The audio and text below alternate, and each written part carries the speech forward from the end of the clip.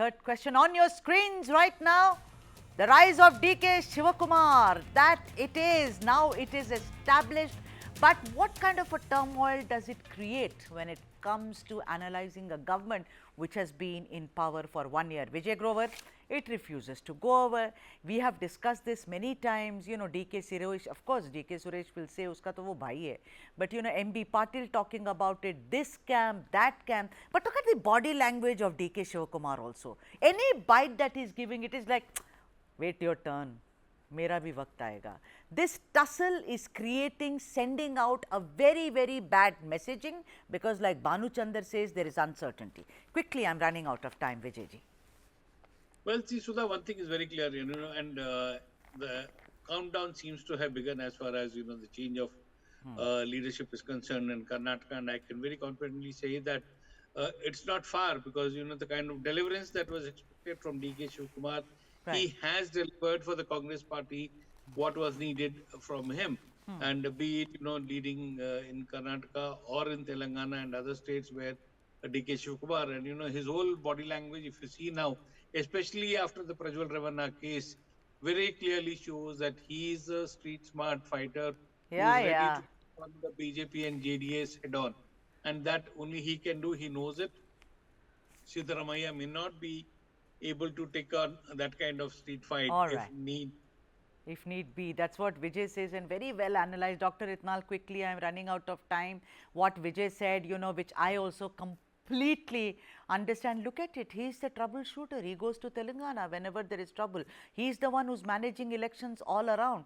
It's the time of DK Shivakumar. He's just waiting. Because so whatever good or bad we said about 1 year of Congress government in Karnataka needs to be in the context of this election only. Because for whole year, the government of Siddaramaiah and DK Shivakumar was running an election year aimed at the parliamentary elections. Number one.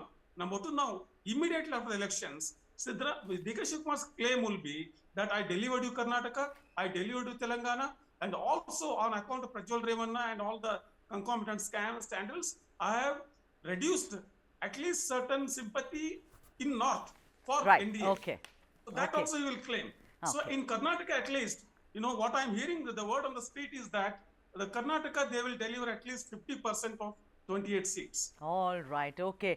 Professor, so I want to... Yeah. So Professor, yeah. We speak about Siddaramaiah as the leader of the Ahindas. Do you think finally one can say very safely that DK Shivakumar has emerged as the only leader of the Vokkaligas and therefore he is a man in waiting? Definitely. So what I feel is that the Minister Jarkiwali, recently has said there is a dissidence within the government and party. And also he has recommended, or earlier he has also been demanding, that there should be 4 deputy chief ministers. Because the very fact that only DK Shivakumar is the only DCM, he is like a shadow chief minister. Definitely, the style, the functions, and also the kind of whatever the public statement he makes, is kind of no-nonsense approach as far as his authority is concerned. But I think, Siddaramaiah also knows that Shivakumar is rising, and inevitably he has to hand over the next, whatever the chief ministership to Shivakumar. But it all depends on the Lok Sabha elections. If Shivkumar's brother is defeated, which is going to be certain, and second thing is, if Siddaramaiah is losing Mysore constituency, which he has staked, his stakes are very high. I think these two, they are going to create more problems for them. So therefore, I would say the rise of Shivakumar, whether the controversy or his involvement or not, he is a very, as Mr. Grover said, not only street smart, but also he is a very ambitious person. An ambitious person will use whether fair or foul means to remain ambitious and powerful also. So therefore, the people of Karnataka are worried this within the kind of infighting and this. What is going to happen to the people of Karnataka in terms of administration? So just 5 seconds. The local body elections have not been conducted for last 3 years. BJP government also responsible, deliberately postponed. And now the present government also has not been able to conduct the elections. And they gave all sorts of official reasons. But my point is, in Lok Sabha elections reveal what kind of power or clout they have over the people of Karnataka, and whether that's going to be different or repeat of 2023. I think people of Karnataka need a good administration, a better administration. Okay. Bhanuchandar, I have just 1 minute and please help me wind up this show. Tell me something. Elections notwithstanding, I disagree the outcome of Lok Sabha elections.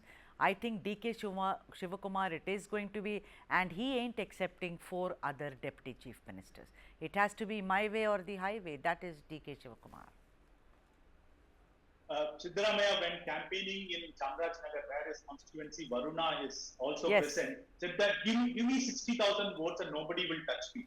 Yeah. In Mandya, DK Shivakumar said that if you all voted for me during assembly elections, I know that I will get my turn. That's what he says.